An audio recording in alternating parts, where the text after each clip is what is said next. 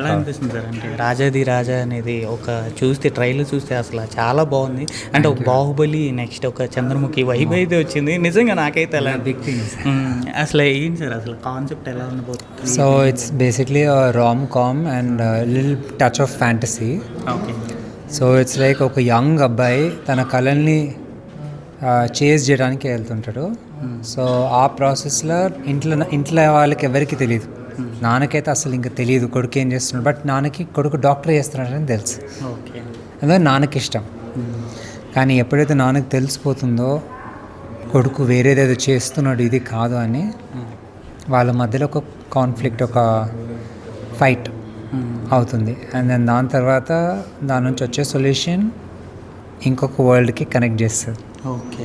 అంటే ఏంటి sir time travel అని ఉండబోతుందంటే? అదే మీరు చూస్తారు July 17th అంతే. You'll see it. ఇంకా 2 days ఉంది కాబట్టి you'll definitely see the magic of our Indian cinema, Telugu cinema. Okay. And how it's gonna be. So you'll enjoy. నేనైతే నమ్మకంగా చెప్పగలుగుతాను మీరు అందరు థరోగా ఎంజాయ్ చేస్తారు. It's a very youthful family entertaining film. అందరు ఏజ్ గ్రూప్స్ 15+ to 65, 70 వరకైనా చూస్తారు. ఎందుకంటే అలాంటి సీనియర్ యాక్టర్స్ కూడా ఉన్నారు మన దగ్గర. Sai Kumar sir, Manju Bhargavi ma'am, Naresh sir, Rajashri ma'am, Rohini, Vishnu, Parvateesam, Bhadram, Avasarala Srinivas garu. So there are so many people. So అందరికీ మంచి ఎంటర్టైన్మెంట్. అండ్ మా డైరెక్టర్ గారు చాలా బాగా చేశారు. అండ్ డిఓపి గారు అంతకు మించి చేశారు. And mark robin music director. విన్నారా పాటలు? ఏంది సార్ మాట్లాడుతున్న అవార్డ్స్ కూడా చాలా. అవునవునవును, అద్భుతమైన పాటలు ఇచ్చారు ఆయన అయితే. అసలు మీకు చెప్తున్నాను కదండి, audiences all will have a very good audio visual spectacle in the theatre with మా performances, which I think మీరు అందరూ చెప్పాలి ఇంకా, because it's a good content film అండి. It's a very new, ఒక 10 years 15 years వరకు అయితే ఇలాంటి కైండ్ ఆఫ్ ఫ్రెష్ కాంటెంట్ అయితే రాలేదు. సో కాంటెంట్తో పాటు మా అందరి new actors, new technicians, new production అందరినీ ఎంకరేజ్ చేస్తారు, సపోర్ట్ చేస్తారు, ఆదరిస్తారు అని కోరుకున్నానండి. ఇంత పెద్ద యాక్టర్స్తో మీకు చేయడం ఎంతవరకు ఛాలెంజింగ్గా అనిపించింది అంటే ఏం చెప్తారు?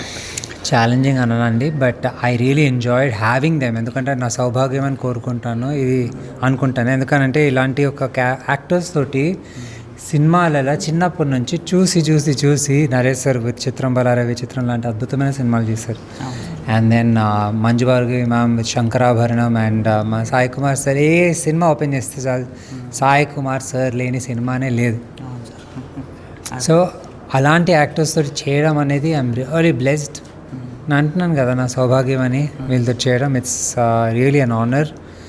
అండ్ వాళ్ళతో ఇంకా ఎక్కువ పని చేయాలనేది నేను ఫ్యూచర్లో వెయిట్ చేస్తున్నాను. ఓకే సార్, ఒక మైథలాజికల్ పీరియడికల్ డ్రామా అనిపించింది. అంటే ఈ రెండింటిని ఎలా బ్యాలెన్స్ చేయగలిగారు స్టోరీలో అంటే ఏం చెప్తారు సార్? ఫస్ట్ స్టోరీలో ఇది చాలా బాగా సింక్ ఇన్ అయ్యింది. ఓకే. బ్యాలెన్స్ అనేది ఆ బ్యూటీ మీరు చూస్తారు. అంటే ఇందులో ఒక రాజు పాత్రలో కూడా మీరు కనబడ్డారు. అంటే దాని గురించి ఏమైనా హోంవర్క్ చేశారా? అంటే మీరు ఎంతవరకు ప్రిపేర్ అయ్యారు? సో బేసిక్లీ ప్రిపేర్ అనంటే ఆఫ్కోర్స్ నాకు నేను డైరెక్టర్ గారు బాగానే కూర్చుని దాన్ని ఎట్లా డెవలప్ చేసుకుని ఎట్లా యాక్టివ్గా చేసుకోవచ్చు ఆ క్యారెక్టర్ని. But majority it was like నా సెల్ఫ్ హోంవర్క్.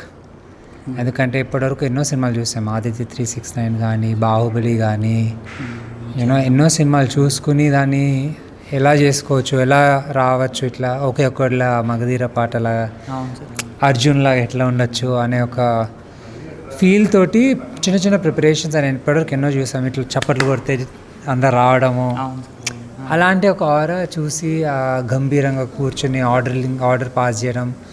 కానీ రాజు అంటే అదొక్కటే కాదు కదా, రాజు ప్రజల మనసుల్ని దోచేవాడే రాజు. సో అదంతా ఇప్పుడు మీరు సినిమాలో చూస్తారు. Okay sir, first of all ఈ స్టోరీ మీ దగ్గరికి ఎలా వచ్చింది? ఇది రియల్ ఇన్సిడెంట్స్ ఆధారంగా ఏమైనా తీసుకున్నారా లేకపోతే మొత్తం fictional? So basically it's a fictional film, definitely it's a fictional film. But so ఈ స్టోరీ నా దగ్గర రావడం అంటే మా రైటర్ గారు ఉన్నారు సురేష్. సో తను బేసిక్లీ నా షార్ట్ ఫిల్మ్ చూసి నా దగ్గరికి వచ్చారు. సో అంతకుముందు నేను in the process I was doing other, ఒక ఫిల్మ్ కూడా మొదలైంది, వేరే కథలు కూడా విన్నాను.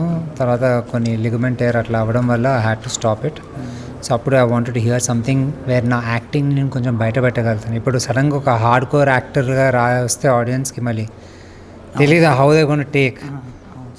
ఎగ్జిస్టింగ్ హీరోస్లే ఉన్నారు. ఇప్పుడు నేను అలాంటి కొత్త మనిషి వచ్చి చేసినట్టే అంటే ఏమంటారో తెలియదు, భయం ఉండే. అందుకే okay let me come as a decent క్యారెక్టర్గా వచ్చి వాళ్ళని యాక్సెప్ట్ చేస్తున్నాక then I think I will do. Because నా లైఫ్ అంశం ఎప్పుడు ఆడియన్స్ని ఎంటర్టైన్ చేయడం. Okay sir, first of all అంటే ఒక ప్రొడ్యూసర్ కమ్ యాక్టర్ అంటే డిఫరెంట్ ఫీల్డ్ సార్. ఎలా అసలు మేనేజ్ చేయగలిగారు? ఎందుకు ప్రొడ్యూస్ చేయాల్సిన అవసరం వచ్చింది? ఎవరు మనని చేపట్టుకుని తీసుకుపోరండి. అవును సార్. మన ప్రయత్నాలు మనం చేశాం, చేయలేదని కాదు, ప్రతి చోట చేశాను, అందరితోటి కలిశాను. But at the end of the day మనం అంత లోలో ఉన్నప్పుడు మనం నమ్మేది ఫస్ట్ మనం. అవును సార్. ఎందుకంటే మనకు ఆ నమ్మకం ఉండాలి మన క్రాఫ్ట్ మీద, చేయగలుగుతాం. దాని తర్వాత మన చుట్టుపక్కల ఎవరు ఉంటారు మనకి ఎప్పుడు అండగా? మన తల్లిదండ్రులు, మన అక్క చెల్లెళ్ళు, అన్న తమ్ముళ్ళు, వీలే కదా. సో అలా నాకప్పుడు నన్ను అర్థం చేసుకుని నేను కన్విన్స్ చేశాను. షార్ట్ ఫిల్మ్ తర్వాత అది చూసే వాళ్ళు నాకు స్టెప్ ఫార్వర్డ్ అయ్యారు, మై సిస్టర్, మై ఫ్యామిలీ అంతా.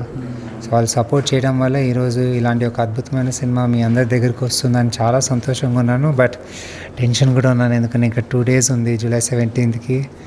సో నేను ఒక్కటే రిక్వెస్ట్ చేయాలనుకుంటానండి, ఈ సినిమా నిజంగా చాలా ప్రేమతో చేశాం, చాలా కష్టపడి చేశాం. మీరందరూ July 17th మీ family, friends, girl friends, boy friends అందరితో కలిసి వెళ్తారని కోరుకుంటున్నానండి. అండ్ మా అందరినీ సపోర్ట్ చేస్తారు, ఎంకరేజ్ చేస్తారు, ఆదరిస్తారని కోరుకుంటున్నాను. Thank you so much. Final sir, అంటే ఇంతకుముందు కూడా మీరు ఒక ఈవెంట్లో మీ అక్క గారితో చాలా ఎమోషనల్ అయ్యారు, మా అక్క లేకపోతే ఈ సినిమా రాదు అని. Definitely yeah. ఏం చెప్తారు సార్?